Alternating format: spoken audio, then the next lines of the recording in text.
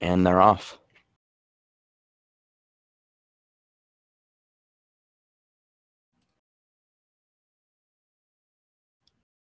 Oh, all right. So off the bat, Bobby's going to open the right door.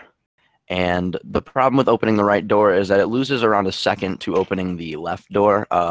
In this game, the door animations, depending on which way you open it, if you open it towards Luigi, you lose a second. If you open it out and away from Luigi, you won't lose any time. So usually runners try to go for the left side door.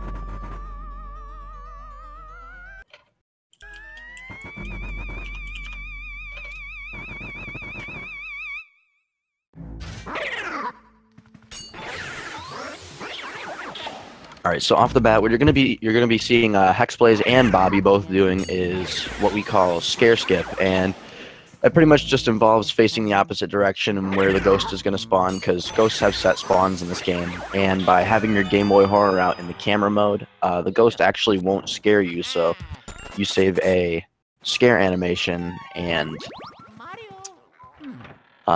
it doesn't really save too much time. It's very minimal, but it allows you to aim your flashlight on the ghost pretty much on the first frame, or on the first frame possible, rather. So it's just a neat little trick. It just saves very minimal time, but it does help with the suck-ups, makes them a little bit quicker. And in this game, it is faster in many different areas to capture 2 different ghosts at once rather than having them one by one. So what you're going to see them doing is setting up the ghosts in ways so they can get doubles and even triples at certain parts of the game. So you'll see a lot of multiple suck-ups at many different areas of the game.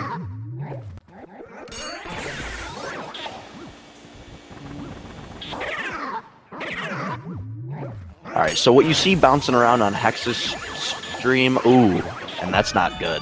That is a poisonous mushroom.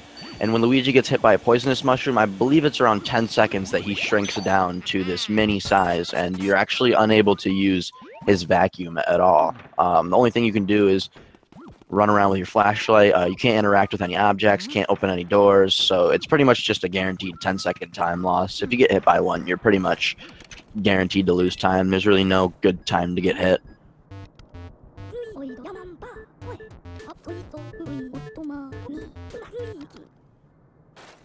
Alright, so what Bobby's coming up on is a ghost known as Neville. This is the first portrait ghost of the game. Now, portrait ghosts are all 100 HP ghosts. They're pretty much like the mini bosses of the game. And in total, the game has, I believe it's 21 portrait ghosts. Actually, I can't remember. I want to say it's 21. I could be wrong. But I think it's 21 portrait ghosts that the game has anyways. And then the game has 4 main boss ghosts. So you'll be seeing not all portrait ghosts, but mainly all of them. There's a few optional ones that we don't pick up in this category because they don't offer anything but money. And the reason you don't see them collecting money intentionally is because it serves no real purpose to the speedrun, at least not in this category.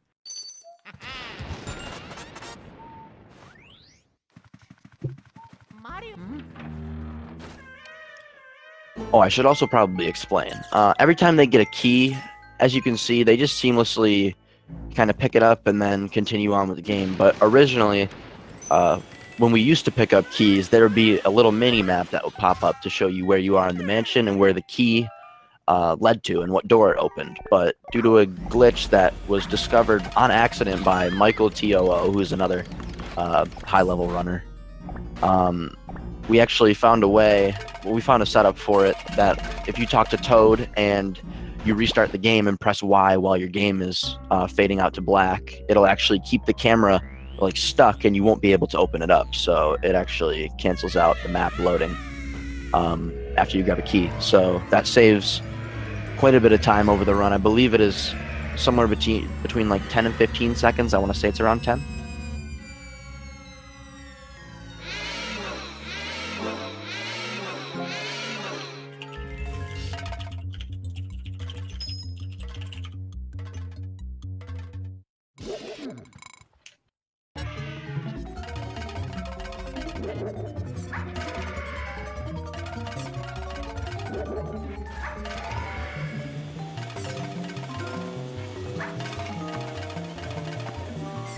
All right, so what you just saw Bobby do right there is he angled his vacuum in a certain way that allowed him to catch the ball that Chauncey threw at him relatively quickly. It pretty much just fell right into his vacuum, and you're going to see that 2 different times. We have 2 different strategies because both cycles of bouncy balls that Chauncey throws at you are actually different. They don't come in the same pattern. So what you're going to see Bobby doing right here, hopefully, is he'll take damage from one of these rocking horses, and he's going to knock on the wall right below Chauncey to store his invincibility frames. And by using his invincibility frames, he's going to allow the ball to hit him, much like that. And when the ball hits him, he immediately gains the ability to actually suck it up into his vacuum, and then he can shoot it, which originally the game wouldn't allow you to do that because you would take damage from the ball. So pretty neat strat there. Bobby with a relatively sizable lead here, I would say.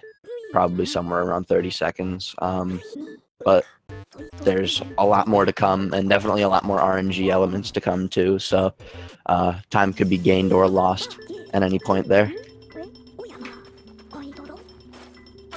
HexBlaze having a little trouble with that. Oh, that's not good.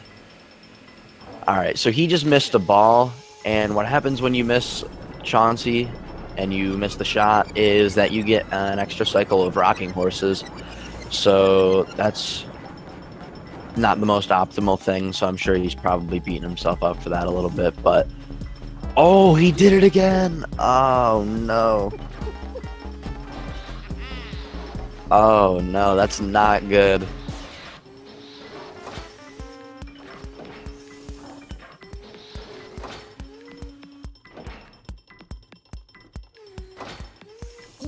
There we go. All right, Hex got that ball catch just fine. All right, a 7-10 Chauncey. I believe he's got to be somewhere probably around a minute, 10 seconds behind. But like I said, anything can happen. This is a race, so.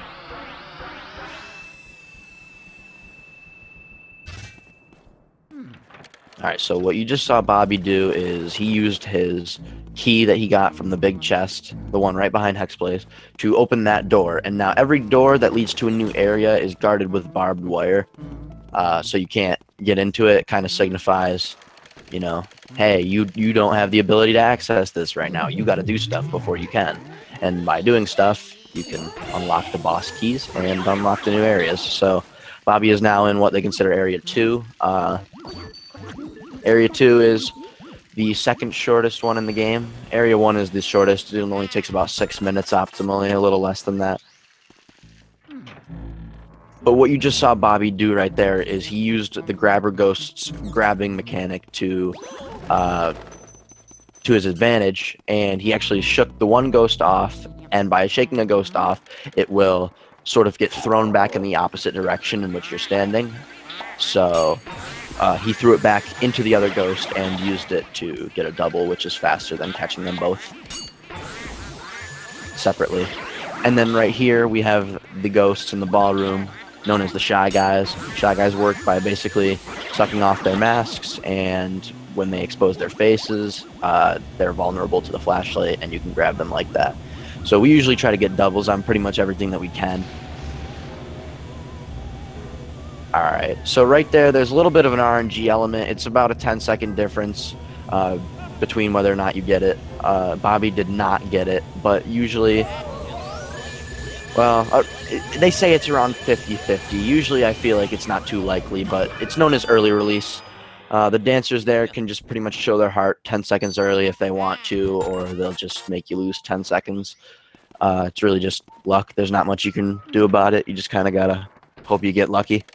But sadly, Bobby did not. Could be a little bit of time for Hex to make up. Alright, so right here, there's another strat. This is known as poster skip right here. What Bobby does is he aimed his vacuum through the wall, and by tilting it up a little bit, he actually got an angle on the poster that's on a button on the opposite side of this wall. As you'll see in a second, the wall will actually expand and reveal a button. And usually there would be a poster there, but due to weird poster mechanics, it was discovered that you could actually stretch that poster all the way through the wall and suck it off during some downtime, which saves, I believe, about 3 seconds. So It's a pretty nifty strat. Cool little time save. Alright, Hex finishing up his doubles. Let's see if he can get early release here. I'm curious to see if he'll get it. If he does, it'll be a nice little 10-second time save for him. Oh, he does get it. Nice. Alright, so he saved about 10 seconds right there off of just RNG alone. So, catching up a little bit, slowly but surely.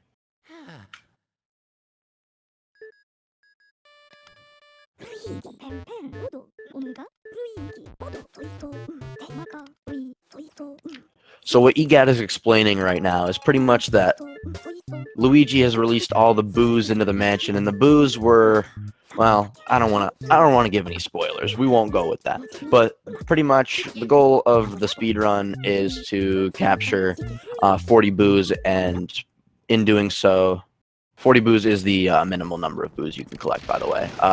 But in doing so, it gains you access to the final boss. So without 40 boos, you can't get to the final boss without exploiting the game and using out-of-bounds tricks and whatnot. So that's pretty much what you'll see for the rest of the run. Is after they clear a room, most of the time they're going to be capturing a boo that's in there as well. Not all rooms have boos, though. Some don't, but majority of them do.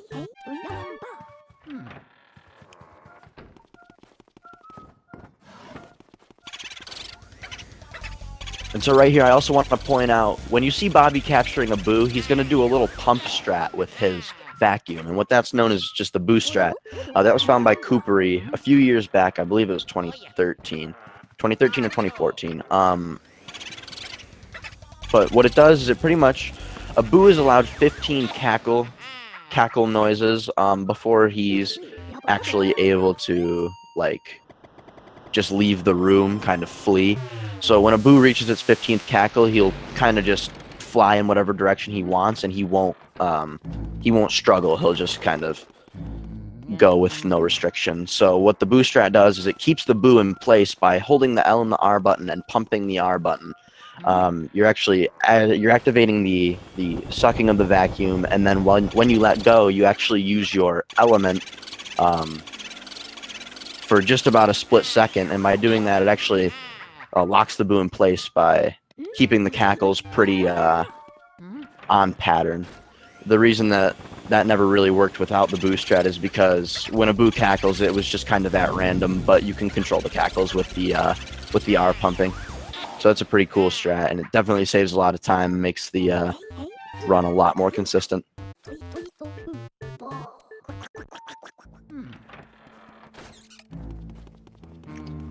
So since Bobby has just collected his first 5 boos, he gains access to a door that wasn't at first unlocked. If you try to open the door, I'm pretty sure it just says occupied, and it won't let you in. But once you get the first 5 boos, EGAD will call you. He'll tell you to go splash water on your face in the bathroom, and it allows you access to this room.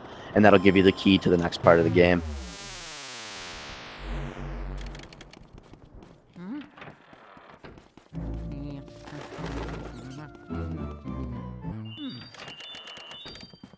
So coming up here on Bobby's stream is going to be the mirror room. And in the mirror room, we're going to see more grabber ghosts. But this time, they're a little different from the last ones. They're actually invisible. The only way you can see them is through the reflection on the mirror. For runners, it's not really usually a big deal. We know where they spawn. We know how to manipulate their locations. Like, we know how to put them in doubles pretty perfectly. We know where they're going to go. So you'll see Bobby do it. He should do it well. I believe he'll probably end up getting both of his doubles. But it's pretty self-explanatory what you do. Works just like the regular grabber ghosts, where you're just going to shake them off into each other, grab the double. And that's that.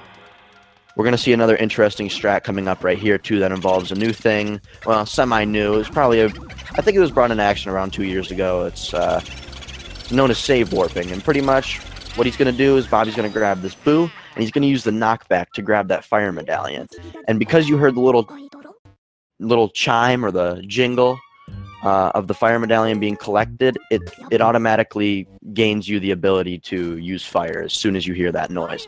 So because EGAD's text prioritizes for the boo rather than the fire, you can actually use the boo text to save and then reset your console to warp back to the main lobby, and you actually skip having to light the candles in that room, and that would originally be the way that you would escape the room. And by doing that, you're also skipping the text for the fire medallion as well, so it saves quite a bit of time. It's definitely worth doing. Not too hard either. Oh, I think Bobby might be having stream issues.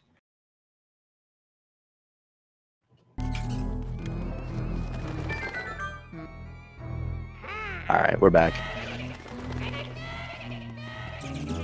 Another good perk in doing the fire medallion reset is that butler right there runs on a cycle, and most of the time, due to RNG and just other components in the run, play, inconsistency with strats and whatnot, the cycle may be very good or very bad. And as long as you can get the key in the fortune teller's room, which you saw Bobby do by lighting all those candles, if you do that quick enough, you're pretty much guaranteeing yourself a really good butler cycle every time, so it kind of takes the little random effect out of that, even though it's not really too much RNG. It just kind of is random depending on how you play. So that's another perk to doing that strat, so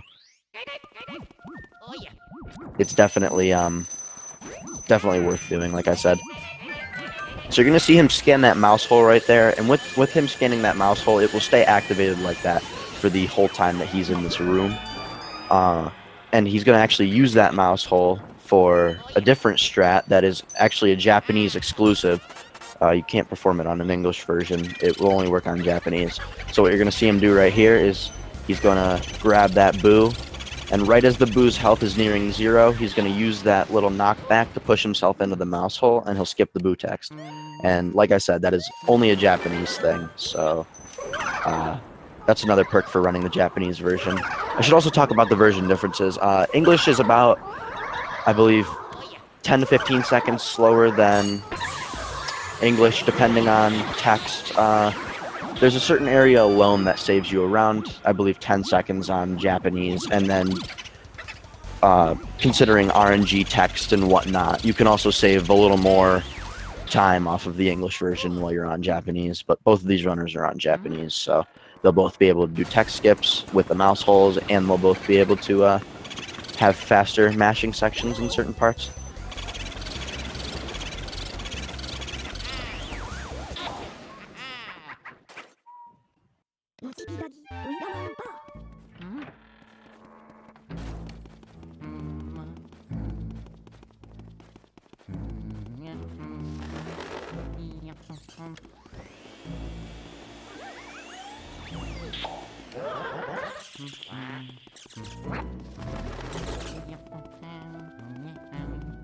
I just want to apologize, though, if I'm throwing a lot of information out there at once. There is actually a lot of mechanics to this game that you wouldn't really think about when you're running it, but there really is a lot to it.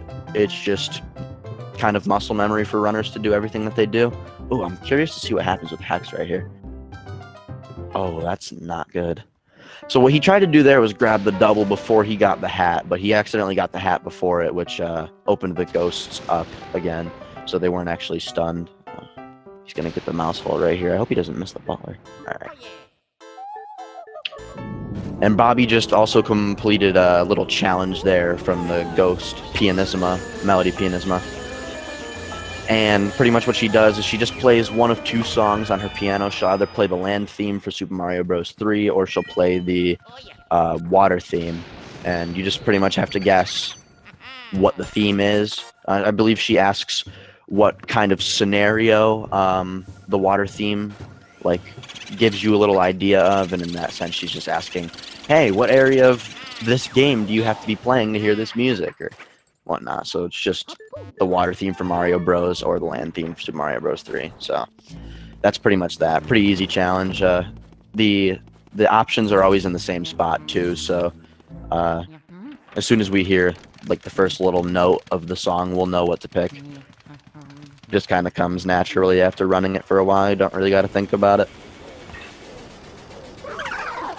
And right there, Bobby just sprayed his fire into the refrigerator a little bit early, and by doing that, he actually, I believe that's the first elemental ghost we've seen all run. He actually took the element off of the ghost before it spawned, so he didn't have to wait for a 5-second health drain to access the ghost's heart. So that's a little strategy you'll see in certain different places, where you'll spray an element in the area where a ghost will spawn, and it will take their element off before they even spawn and give you the ability to stun them. So that's a little cool time save there as well.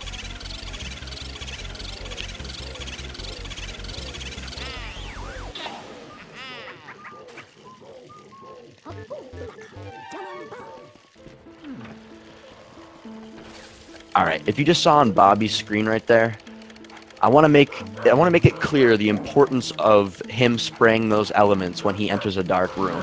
So pretty much every time Luigi enters a dark room from when he's in a light room, he's going to pull his flashlight out. And when he does that, he doesn't have any ability to move or anything. So you just have to stand still for, I believe it's about a second, a little less than a second. But by doing an element spray and spraying your vacuum before you pull your flashlight out, you actually don't get an animation for it, and you'll actually completely skip pulling your flashlight out, and you'll just gain the ability to walk right away. So every time you do that, you're saving roughly a second. So it's very, very important to do those throughout the run because it's free time save. And you'll also see him do it in light rooms when he's going to pull out his vacuum, because much like how the flashlight animation works, if you don't use your element, you'll pull your vacuum out, and it'll take about a second for the animation to go through before you can start moving. So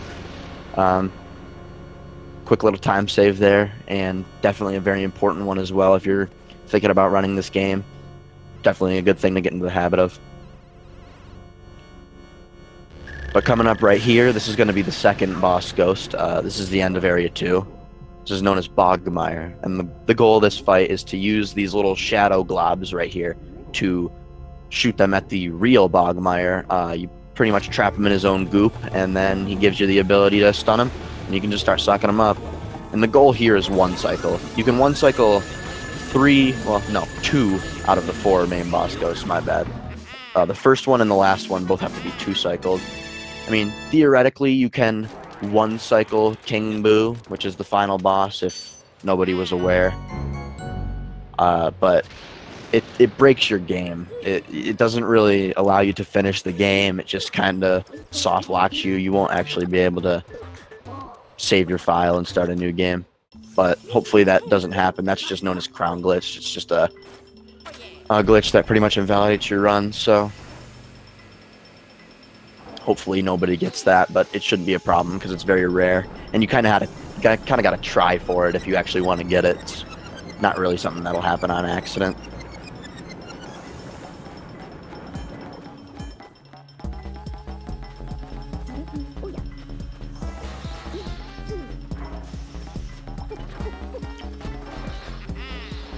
Alright, Hex just gaining his water element. I think he was trying to spawn the element before he actually got the medallion there.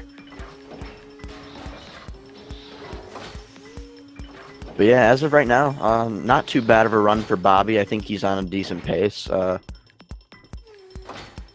Not too shabby.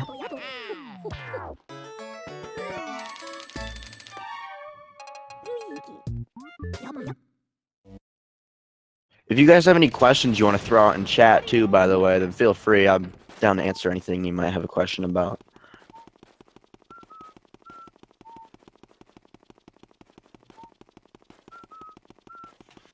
But up here, Bobby's going to be coming up on Area 3. This is the start of Area 3. Definitely one of the more tedious areas for sure. Area 3 and 4 usually cause runners the most amount of trouble. So we'll hope that everything goes smoothly for him. But there is definitely a lot of factors, a lot of different things that you got to do in Area 3. You got to make sure you don't mess up on if you want to actually have a solid segment.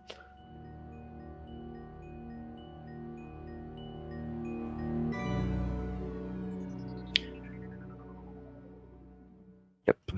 So right here, this is the big reveal. Luigi finds out that his big brother Mario is trapped in a painting, and he's being guarded by King Boo himself. So we won't actually get to that part of the game for about another half an hour. We're about only halfway done with the run right now. It usually takes around an hour to complete, so It's just a little bit of a heads up for anybody playing the game of what they got in store for them coming up. But that is a required part of the speedrun, by the way. You do have to watch that cutscene because it spawns the ceiling surprise ghost that Bobby caught in the well that gave him the key. And another thing worth noting right here, you're going to see Bobby running on the treadmill, and this key is not required, but it saves massive amounts of time if you do get it. It allows a gateway door right to his left, actually. There was the door right there, and it allows that to be opened up. So that connects the area 2 and 3 hallways and allows for easy access. Just a little bit of a secret that the developers put in if you could figure it out. But definitely faster for the speedrun. And the reason he's walking on the ceiling is because he used those switch pads that are on the ceiling and are on the floor. And that pretty much just changes gravity in the way that Luigi walks, what level of the room it's on, ceiling or floor. Pretty self-explanatory.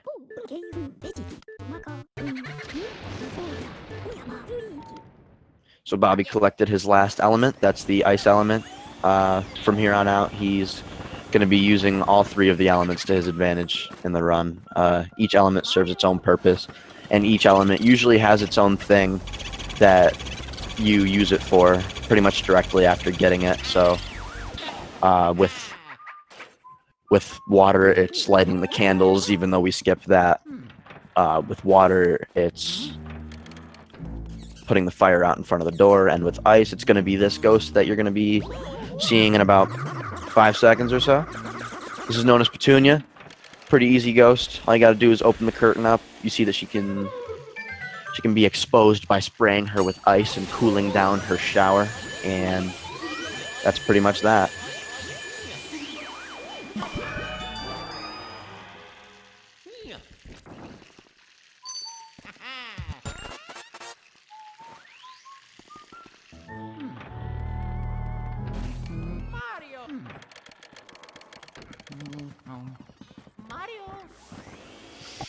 Alright, so right here, Bobby's going to be fighting Nana. Nana, all you got to do is just knock on the little basket with her yarn balls. They'll fall, and they have certain areas that they're designated to roll around the room in, but if you can get them fast enough and shoot them at her, you can actually save quite a bit of time from letting them roll around the room. So, pretty self-explanatory again. A lot of things in this game are pretty easy to pick up on, but probably worth explaining anyways. I want to make sure that everything is as out there and understandable as it could be.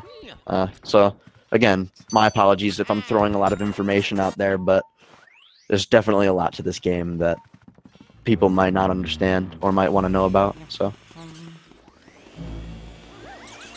right here he's going to be getting fire because the next room is another section where you need to light some candles to gain access to the next part of the room.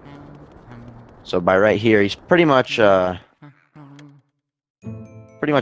light these candles and summon a ritual. It's a little dark, but there's a lot of parts in this game where you see some dark things. So, ooh, I was surprised he got that double. Actually, that was a good clutch.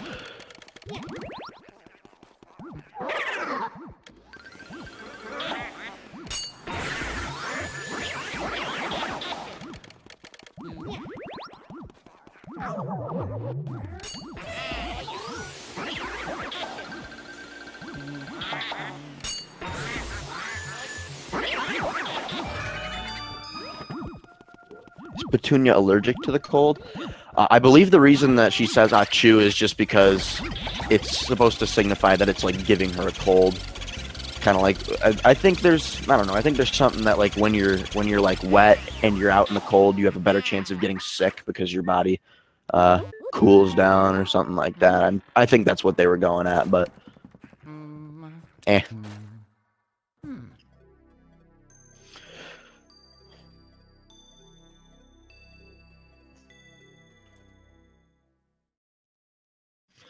Alright, so one of the more finicky parts of the run right here coming up for Bobby. This is known as Moonshot. Pretty much what he's going to do is he looked through the telescope, reveals a little ledge right here that you can actually grab shooting stars from. And the goal is to blow up the moon. and he got that first try, so that's nice. The angle on that shot can be a little weird, and the hitbox on the moon can also be a little weird sometimes as well. So it's definitely a part of the run that newer runners struggle with more. There is certain visual cues that people use, they make up for themselves that allow them to get it pretty consistently, but if you're a new runner and you don't really know much about the game and how to shoot vacuum shots and whatnot, it could be a little difficult. So, but pretty much the whole point of that is so you can collect Mario's star. And if you've seen, they've collected Mario's items all throughout the run. I believe they've gotten so far the hat, the note, and the star. And then they have 2 more items to collect. And those items will serve a purpose later, and I will explain when we get to that area.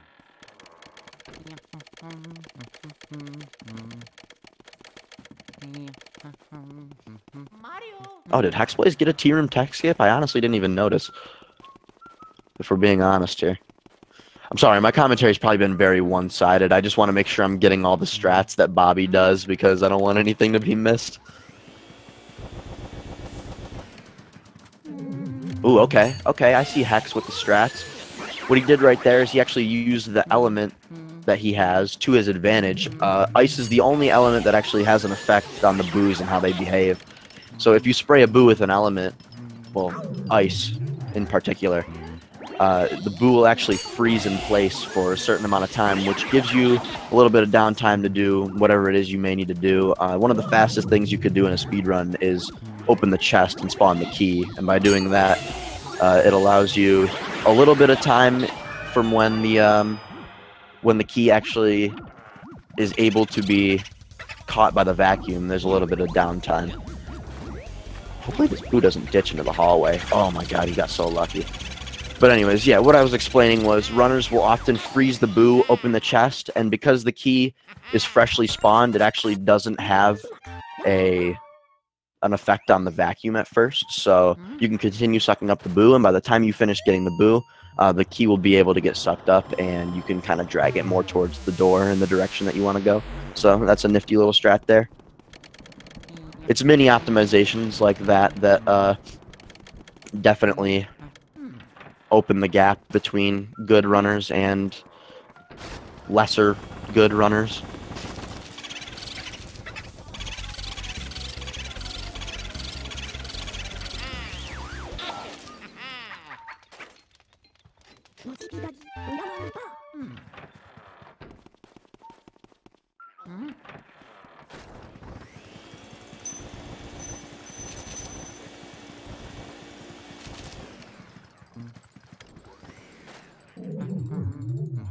Alright, so what you saw Bobby do is he spun that little helicopter thing on the ceiling, and with a certain amount of rotations, you'll spawn the twin ghosts. He's also going to be playing a little bit of a mini game right here, but we're going to be cheating a little bit. That's what we like to do in speedruns. Gotta love cheating, right? I don't condone cheating in speedruns, but this is an exception. What he does is he's actually going to use his vacuum, and by doing that, by vacuuming up the boxes, he actually allows himself to see where the ghosts are hiding, so he doesn't pick the wrong box on accident. So if a box is shaking, if it's either sprayed with an element or sucked up with a vacuum, if the box shakes, it means that there is a twin in there. If it doesn't shake, then there's nothing in there. So the goal is to just open the 2 boxes that the twins are in first. So that's a little something you can use to your advantage in a speedrun.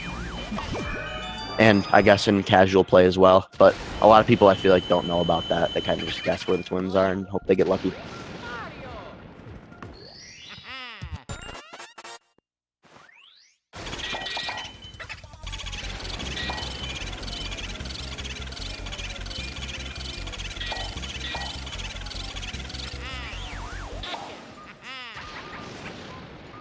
I believe, yeah, Bobby did collect his last item. As you can see, he just collected the shoe, I want to say, was that room. And then in the projector room, he got the glove. So he's gotten all 5 of Mario's items. As I've said, there's a hat, there's the note, the glove, the shoe, and the star. And those do serve a purpose in the run, so they are important to get. Bobby having a little bit of trouble finding that boo right there. Oh, I think did Hex's boo fly out into the hallway? He did, but luckily he came back in Nana's room, so that's good. He could have actually went into the ante room, which is the second room that you'll see in the game, And that loses quite a bit of time if he does. Because you got to go pretty out of your way to go grab that guy. Oh, Bobby got really unlucky there. He actually had really good RNG and the boost switched on him. But what he's going to be going for here, I don't know if I've explained this yet, actually. There's a little mechanic right here. And by sucking up a cloth, right after you suck up a boot, it actually cancels EGAD's text and allows for another text skip. But that's not a version difference. That can be done on any version. PAL, NTSC, J, and NTSCU. So.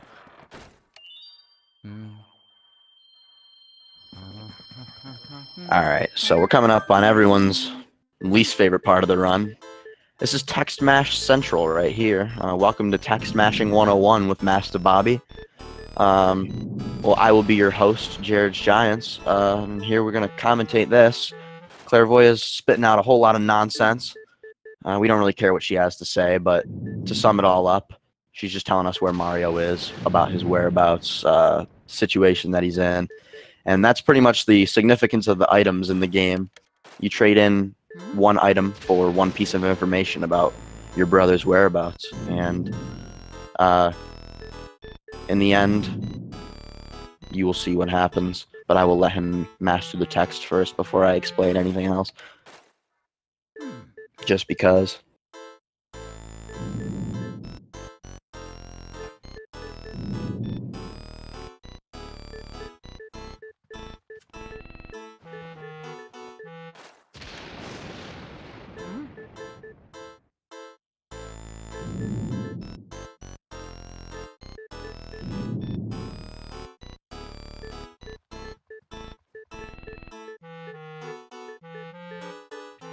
Alright, so Bobby just finished up his mashing.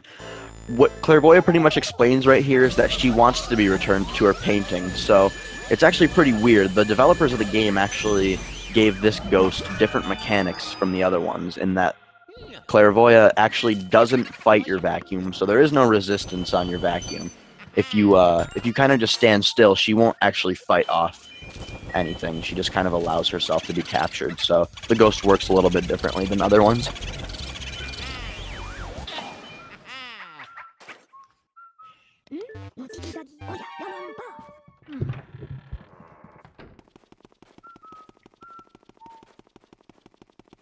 Alright, so Hex is coming up on twins right here. They'll be doing the same helicopter strat. There is a little bit of a strategy you can do with the helicopters right there, too. If you get a fast enough spin on them, you can actually start walking towards the door a little bit quicker than actually staying underneath them the whole time. So you don't have to be sucking up the helicopter the whole time. If you get a good spin, like I said, you can walk towards the door as long as you're still in the general area of where the twins will activate. Because if you walk out of the area, they won't actually spawn. So that's how that works. The reason that Bobby got iced, by the way, is because in this in this room right here, you're going to be seeing some ghosts that are some more element ghosts. They're captured, or well, their souls are held with water. So if you use ice to freeze that water, it opens up their hearts for stun. So this is another example of him spraying the element before the ghost spawns, so that he can quickly break the element barrier.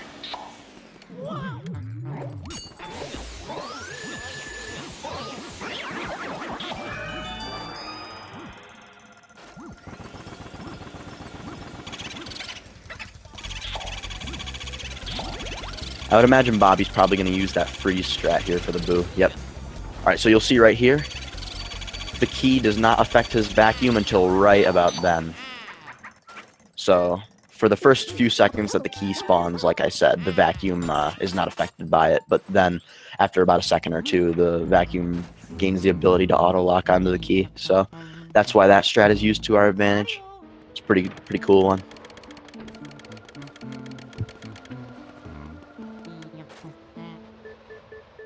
So this is our third boss ghost of the game. This is known as Boolossus. Definitely could be arguably the most troublesome boss in the game. A lot of people have trouble with this one, but we have a strategy that makes the boss fight definitely a lot more consistent than it used to be. And you'll be seeing that in a second. But pretty much the whole point of the strategy is to just move from one end of the battlefield to the other, and in doing so, the boos will follow you, and if you spray a ball of ice, the hitbox on that ball of ice will freeze all the ones that it goes past. And usually, you get around anywhere from 10 to 15 of the boos all at once, and then the rest of them you just capture regularly, which you'll be seeing here in a second. So what he's going to do is he's going to angle himself mainly to the right. He's going to angle his vacuum up a little bit so that he's spraying into the crowd. He's going to shoot that ice ball. Ooh, that was a good spray. He's going to grab all those boos that are frozen, and just like that, he's done with the fight. That was a really good boo losses. So good job to Bobby on that one. That was good. Actually, I think he might be ahead of his PB here. Right. No, he's not. No way.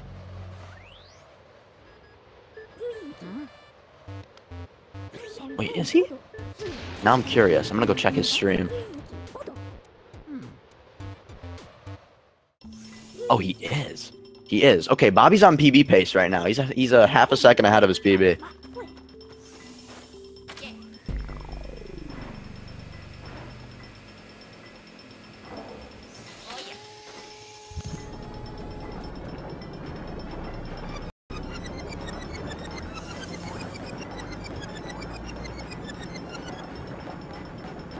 Nick, I appreciate you answering chat questions, by the way.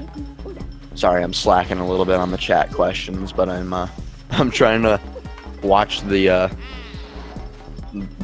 stream so I can do commentary on what's relevant. But yeah, like I said, if you guys have any questions, and if I see them in time, I would be glad to answer them. But I'm sure Glitch PhD, who's in the chat, could also answer them for you too. So anything that you have a question about could be directed at me or him.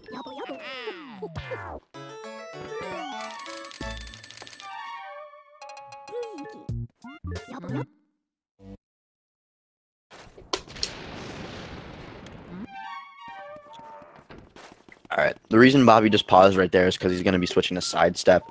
And sidestep actually serves a very important role in the next part of the game that's about to come up, which is known as the blackout.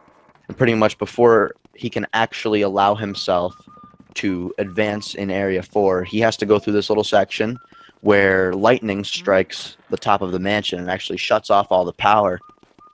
And there's a ghost hiding somewhere in the mansion where you will see in a little bit that casual players would usually have to search for. You can actually use hints at a certain part of the game that you can advance to. You can grab a hint on where he might be. I believe the hint says something about him liking mirrors. There's a lot of mirrors in the game, so there's a lot of areas but he could be, but you'll see that he's actually hiding out in the wardrobe room, and that is known as Uncle Grimly. And Uncle Grimly is a pure RNG ghost. Oh, I think Hex forgot to get ice before he went up to the safari room, so I think that's why he's backtracking right here. Yep. Alright, so right here you're going to see the little cutscene. Lightning is going to strike the top of the mansion, right there on the tip. And all the lights are going to go off.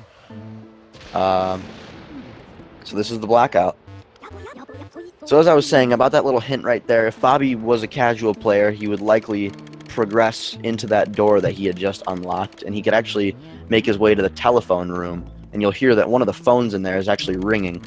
One of the calls is from EGAD, and I believe he says that Uncle Grimly is hiding somewhere around the mansion that contains a mirror. So that's where Bobby's headed right now.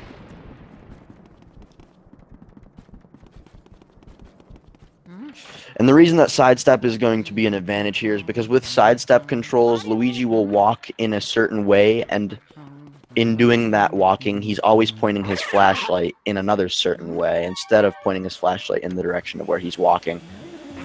That was a good Grimly, by the way. So right there, him showing his heart is completely random. He just kind of shows his heart when he wants to.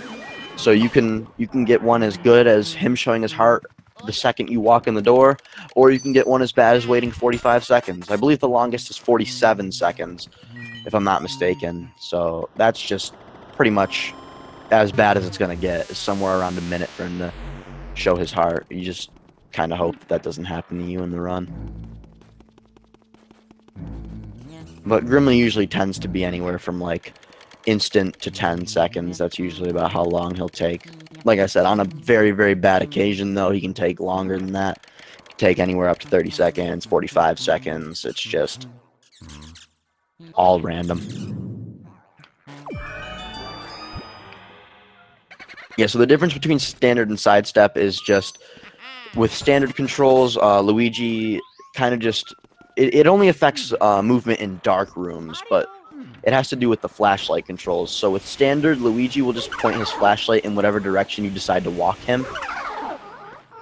With sidestep, he will point his flashlight in whatever direction you decide to point your flashlight. So you control the flashlight with the C stick in sidestep, and you mainly control the flashlight with the control stick in standard. So that's the difference between those two right there.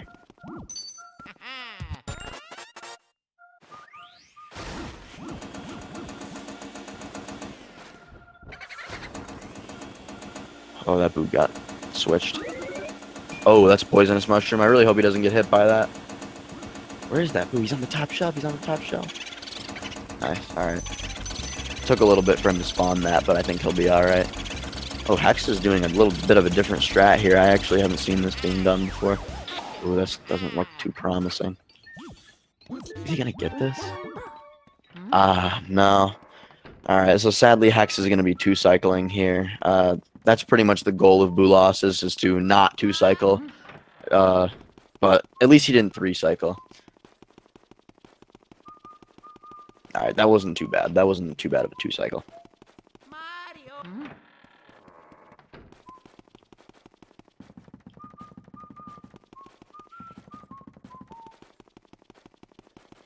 Alright, so Bobby's going to be making his way up to the attic again, but he's going to be in a new area of the attic, the other side that he opened but hasn't actually been to yet. He's going to grab some extra fire right there.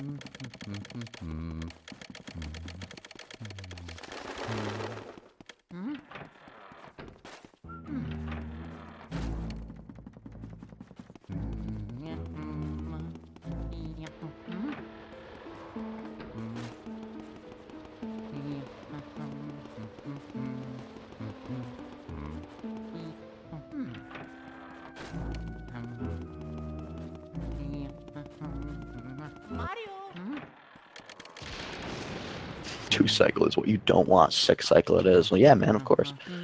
Everyone knows 6 is greater than 2, so it's got to be better cycle-wise, right? Of course. Alright, so these are the toy soldiers. It's pretty much 3 portrait ghosts in 1. And what you got to do is you got to knock on all the clocks around the room to play the little jingle that you can hear, the little mansion theme. And what that does is the toy soldiers will respond to the little jingle that they hear.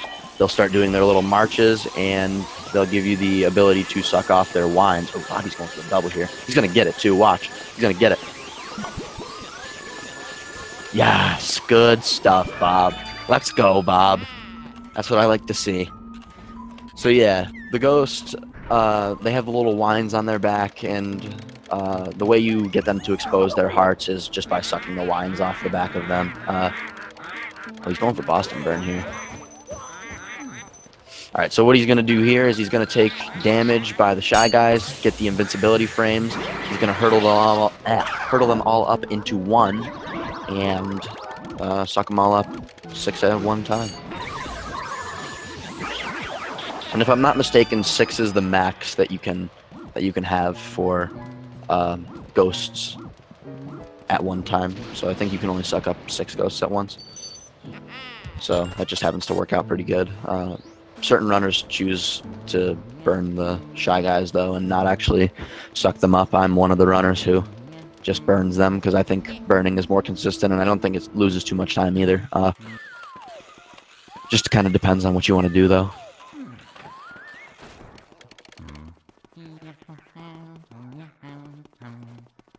Alright, so you're going to see Hexes in his blackout section now.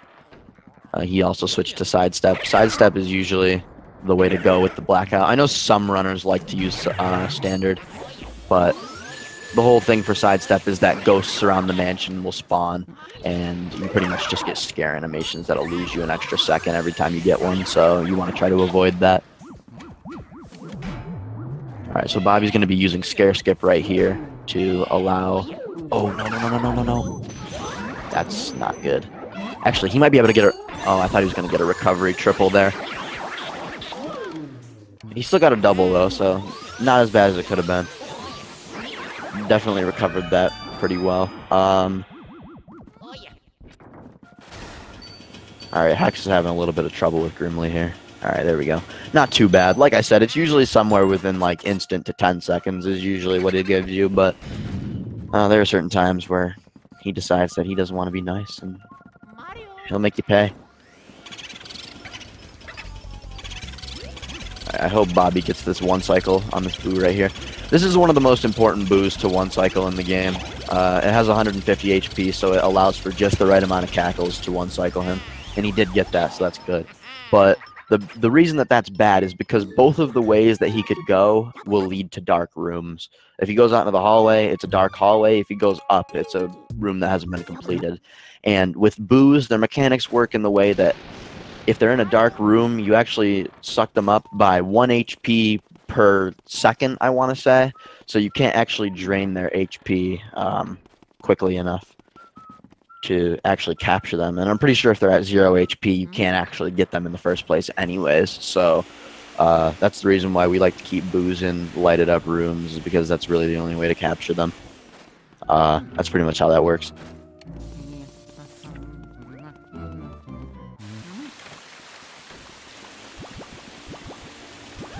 You can do a 7-piece in PAL? Dang, well, I learned something new. Alright, so right here, Bobby's just going to be avoiding the grabber ghosts. He's not even going to bother getting them because this room does not have to be cleared. There is a boo, but it's a 300 HP one, and we don't usually get it because it's not very optimal. It's not a very fast boo, and it's not very fast clearing the room either. Oh, Hex having some trouble with that boo. I think he's going to go after it. Hopefully this guy goes right for him and not left. Alright, he got lucky. Most of the time, though, if a runner loses that boo, they kind of just let him go wherever he wants to. The normal strat is to usually not go after him, but I think Hex just wants to be safe and grab him now instead of waiting until later. So that's fair. And Bobby's coming up on his second to last portrait ghost right here. This is known as a Weston. The goal of this fight is pretty much just to use the fire that you can find on the other side of the room to thaw his ice around him and expose his heart. So that's that. Good one cycle there. That ghost can be a little finicky when you're trying to one cycle him, so I'm glad that he got that no problem.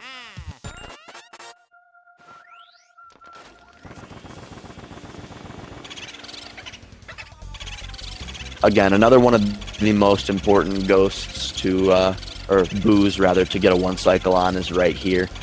If he goes to the right, it's not as detrimental as if he goes up, because if he goes into the hallway, both of the rooms that he could go to are lit up. So, but if he goes up, that's the pipe room that he actually didn't clear. So it's not a good thing if he goes up. That's pretty much the situation. So one cycle there is definitely ideal.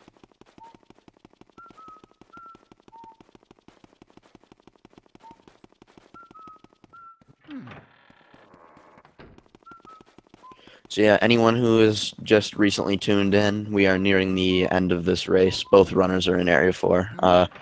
Should be wrapped up here within the next 15 minutes or so, I would say. Bobby's on his way up to his last portrait ghost right now. And pretty much, I guess you could consider this another boss fight, technically. So what this ghost is this is Van Gogh, and as you're going to see when he walks into the room here, you're going to see a whole lot of different paintings, and the paintings are going to have pictures of some ghosts that we may recognize. And these are just the normal ghosts, but the point of Van Gogh is that these ghosts are all his doing, and the reason that they exist is because he paints them, and he brings life to his paintings. So, as you'll see here in a second, he's actually going to shoot a little beam of life, as he likes to call it, towards the paintings, much like that, and that's going to spawn 3 of every kind of ghost. So the most optimal way to do this fight is to just grab triples. triples are pretty easy. Usually you can just grab them pretty quickly. But the reason I say that this could also technically be considered a boss ghost is because if you want to consider the fact that he gives you a key to another barbed area, he does give you a key to another barbed area, but it's not technically considered a new area. It's just the key to the final boss fight. So in a sense, it's kind of like a little mini boss fight if you want to consider it like that. I guess that's the best way to put it, but still a pretty fun and interesting fight either way. Definitely one of my favorite parts of the run personally. I really like doing this fight. Alright, Bobby got all of his triples. Nice. Good stuff, Robert. Good stuff. Let's go.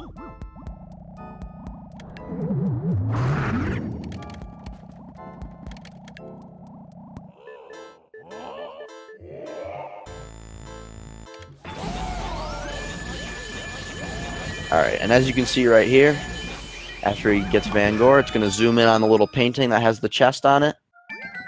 Golden chest, to be certain. If you noticed, every single chest after you beat a boss is a golden chest, and it's a big golden chest that holds a fancy-looking key. So that's the developer's little cool way of implementing it into Vangor's style. So right here, what he's going to do with this boo, hopefully, is he's going to open the door right before the boo actually pops through the wall. And that's going to be what we call the boomerang. A little pun on the words there. But pretty much when a boo pops, does this little into another room. Oh, no, that's not good. When he does his little pop into another room, you have to watch that little animation for about a second of when he's laughing at you because, oh, no. Poor Bob. Poor Cycle. That's not good. Yeah, he's going to play this one safe here. But, yeah, you have to watch this little animation. So the goal of this fight is to exit the room before the boo actually pops through the wall so you can avoid his animation. Because every time he pops and goes into another room, he regains his 15 tackles. So, that's the whole reason for that.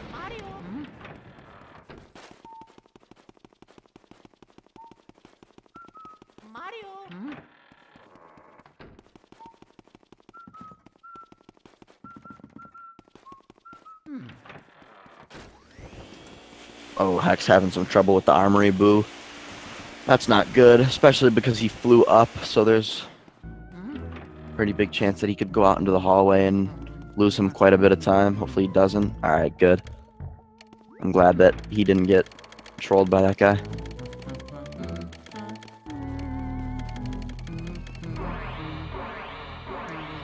Alright, so Bobby's going to be entering the final fight right here. This is King Boo. This is the real deal. Alright, Hex is going to choose to save warp. Did he turn his console off?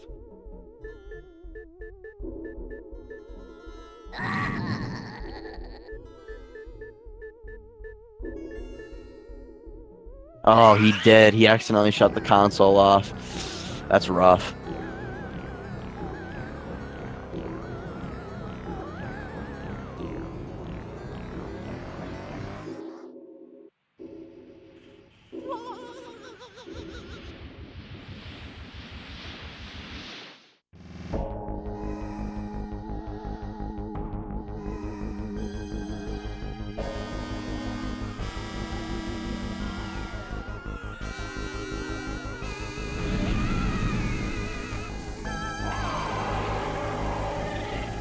How does one do that by accident? I'm assuming he probably reached for his Wii and reached for the reset button rather than... Oh, is he going to forfeit? I think he's forfeiting. I'm going to mark him as a forfeit just because, yeah, he reset his timer, so... I think he's going to probably just stop right there and just let Bobby finish.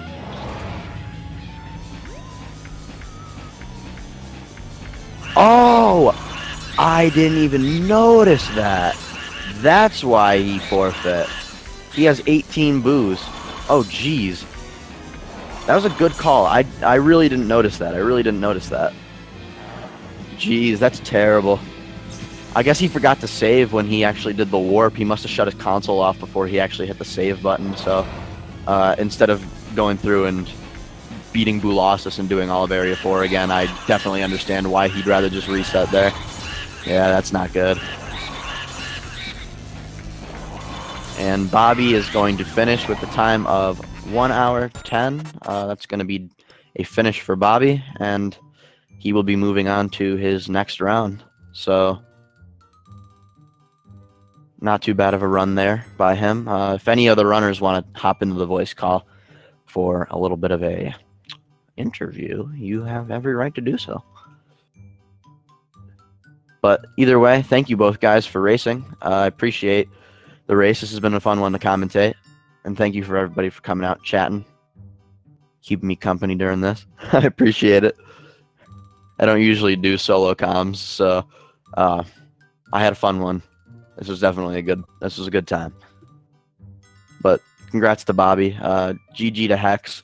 I know he was having some trouble throughout his run, but I definitely give him props for trying to finish nonetheless.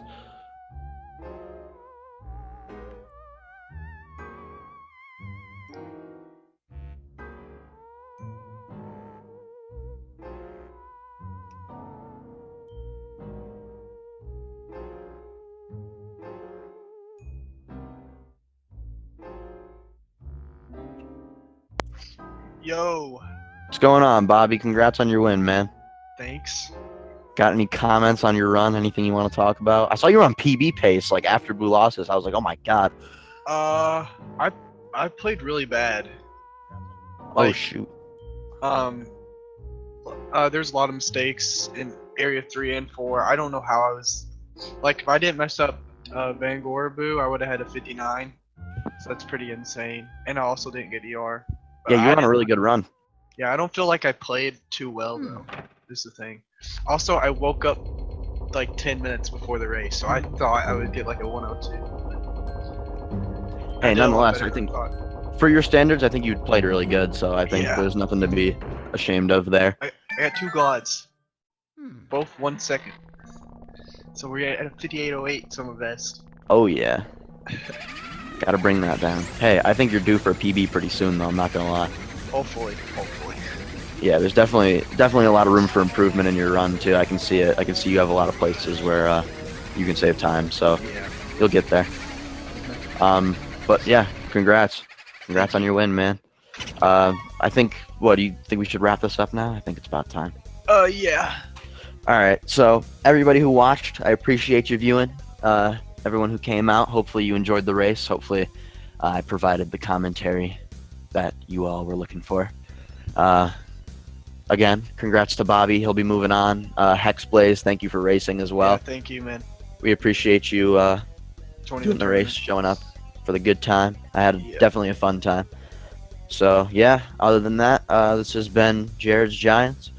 Make sure you follow both of the runners, too. They're both pretty active with the game so far, from what I know. So, both of them will be doing runs, I'm sure, in the future. You can probably check them out. But other than that, yeah, thank you guys for watching. We got plenty more races to do today. I think we got 4 more after this one. So I think 5. I think there's 6 races today. I think there's 5 total. I thought.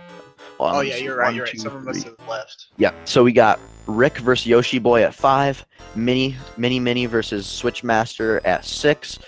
Michael versus Monado at 7:30, and Shape versus Airshock at 8:30. So we got about 4 straight hours of Luigi's Mansion. Yeah. So if you like the game, be sure to tune in around 5 o'clock, and you'll be getting nothing but LM until about 9:30. So there you go. Yeah. But for now, I think we're gonna wrap this up. So again, thank you everybody for watching. Thank you guys. Peace. Peace out, everybody. Have a good rest of your day.